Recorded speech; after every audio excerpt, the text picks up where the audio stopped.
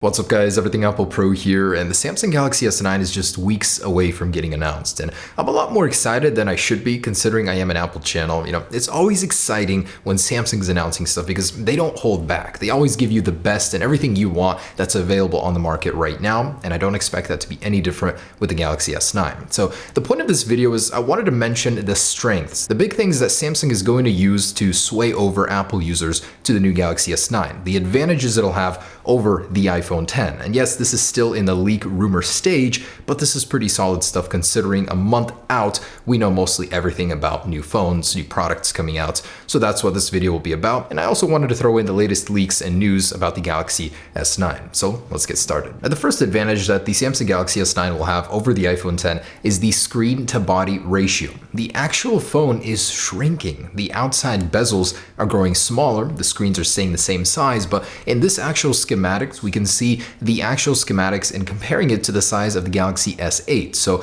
it is shrinking while the screen remaining the same size and the bezels getting smaller on the top and bottom.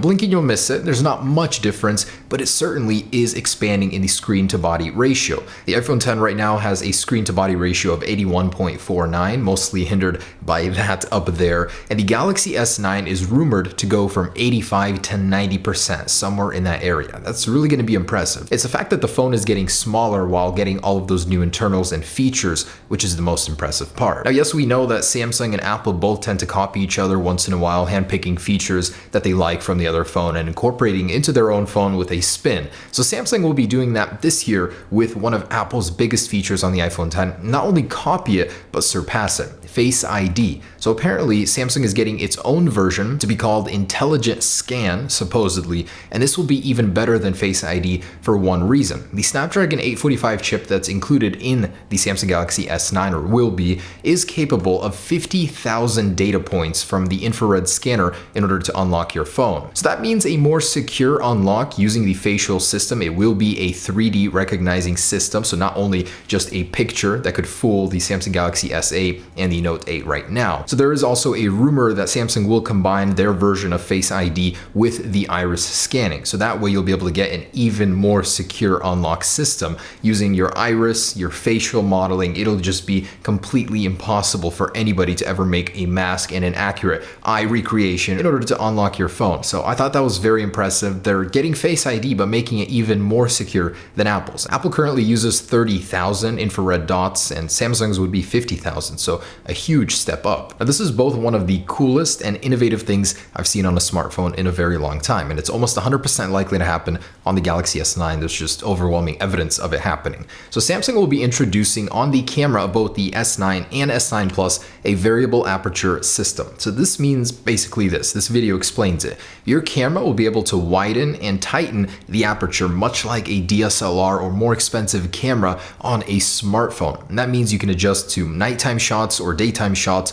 and get the best possible shot. It's really incredible what it can do. It'll let in so much light, so that means 1.5 aperture when it's open and 2.4 when it's closed. So that means you can get some great daytime and even better nighttime shots. And this is basically like a prime lens if you guys have ever used one. I recently went out, started taking some pictures using a prime lens, and you can get some fantastic shots at nights using that wide aperture. And I can't wait to see what the Galaxy S9 will be capable of. Yes, the iPhone 10 camera at night is good. This one I think will be one of the best, if not the best, on a smartphone sold in the world right now. And the camera sensor itself is supposed to stay at 12 megapixels, which isn't a problem because there will be so many other advancements in camera tech, and the dual lens system will have dual optical image stabilization. So the camera on the Galaxy S9 is likely to far surpass Apple's. And another advantage the Galaxy S9 will have over the iPhone 10, even the base model, but especially the larger model, the S9 Plus, is the battery life. So the iPhone 10 has a pretty small battery for a smartphone in this class, 2,716 milliamps. Most are 3,000 or more nowadays, but still, it has some fantastic battery life. The Galaxy S9, the standard one,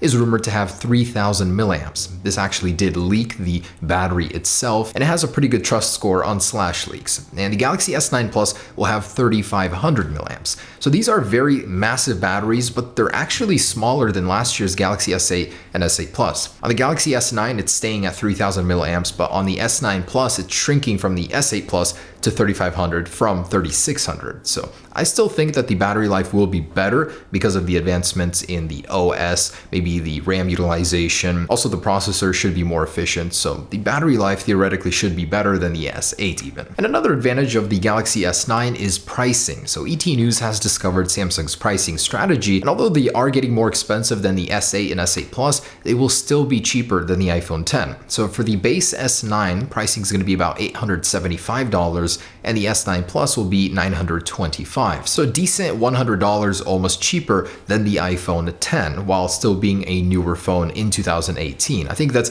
definitely a good strategy on Samsung's part because they're going to want to undercut the price from Apple while retaining a lot of customers for being sub $1,000, where most smartphones nowadays are getting so expensive. It's definitely a good thing, I think, that Samsung's keeping it under $1,000. It's just the mentality of the price crossing $1,000 as to why so many people don't want to buy the iPhone 10. It's only $100, $200 more than the iPhone 8, 8 Plus. So honestly, it's really worth it in the long run, but people focus so much on that $1,000 bits that they just don't buy it. And bonus, one more advantage that the Galaxy S9 will have is gigabit speeds using the Snapdragon 845. Now, although yes, I will admit I've never even come close to the 600 megabit LTE download speeds that my iPhone 10 is capable of, the Galaxy S9 will still double that using the Snapdragon 845 to 1.2 gigabit download speed. Truly, that's ridiculous. Do I need those kind of speeds on my phone? Sure, in a few years where we'll be streaming 4K on our phones, maybe. I mean, who knows?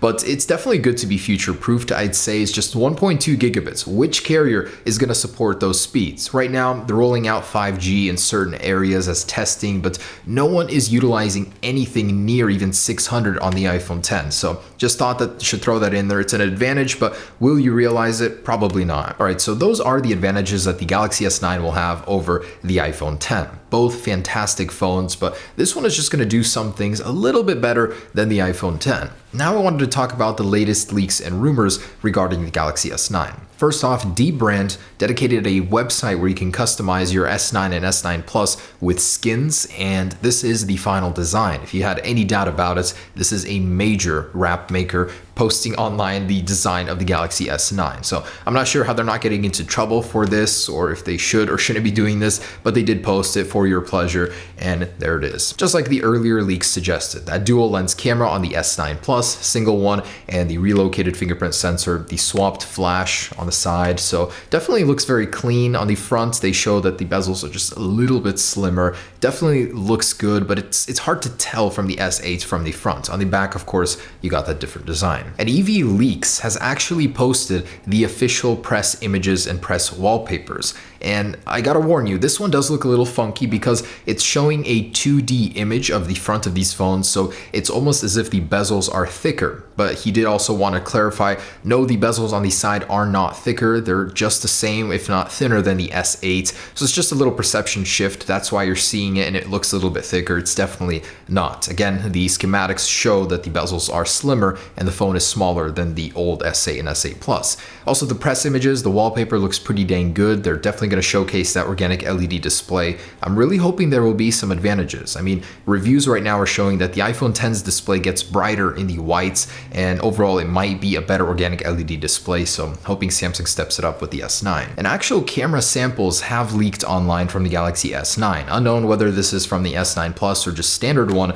but they both look so good. Yes, they're compressed. I mean, they're a little fuzzy, the resolution wasn't so great, but even still you can tell the focus, the colors, it looks fantastic. And the iPhone 10 definitely now has a true competitor in the camera game. And EV Leaks did also mention that Samsung is bringing in their own competitor to Animoji. So you'll be able to animate avatars on the Galaxy S9 using that new 3D facial system that they're incorporating. And on your $1,000 phone, you'll finally be able to turn yourself into an animated poop. So that's great. Also, this one's a bit older, but it was a while since I posted my last Galaxy video. The actual specs did leak on the box. No, those aren't the real boxes, but from the real one, it was definitely legitimate looking. So the specs mostly remain the same, 64 gigabytes of base storage, AKG tuned speakers, earbuds. It is rumored that the speakers will get tuned by them as well. The one interesting thing to note is that this does support the evidence that Samsung is bringing that variable aperture camera to the S9, as the aperture will switch from 1.5 to 2.4 depending on which mode you're using. So definitely great. Still water resistant as you'd expect.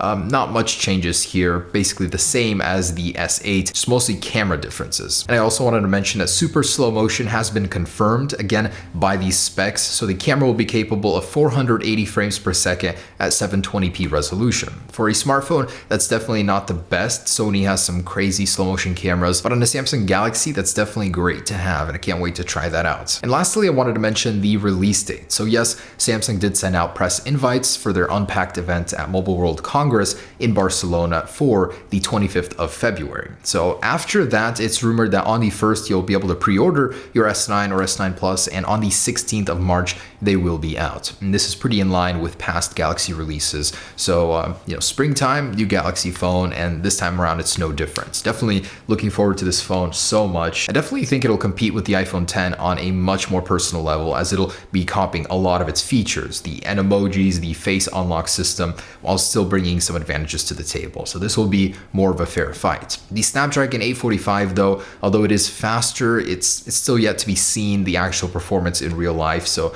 I'm curious to see how close it'll be. I mean, single core score, there's no way it'll compete, but multi-core, shuffling between apps, seeing if it'll close them in the background, I'm very curious on that. Either way, guys, the Galaxy S9 is coming. Definitely will be more of a true competitor to the iPhone 10, and of course, I'll be covering it when it's out with a speed test and the such. So stay tuned for all of that, guys. Very excited for this phone coming in just a few weeks here. Peace.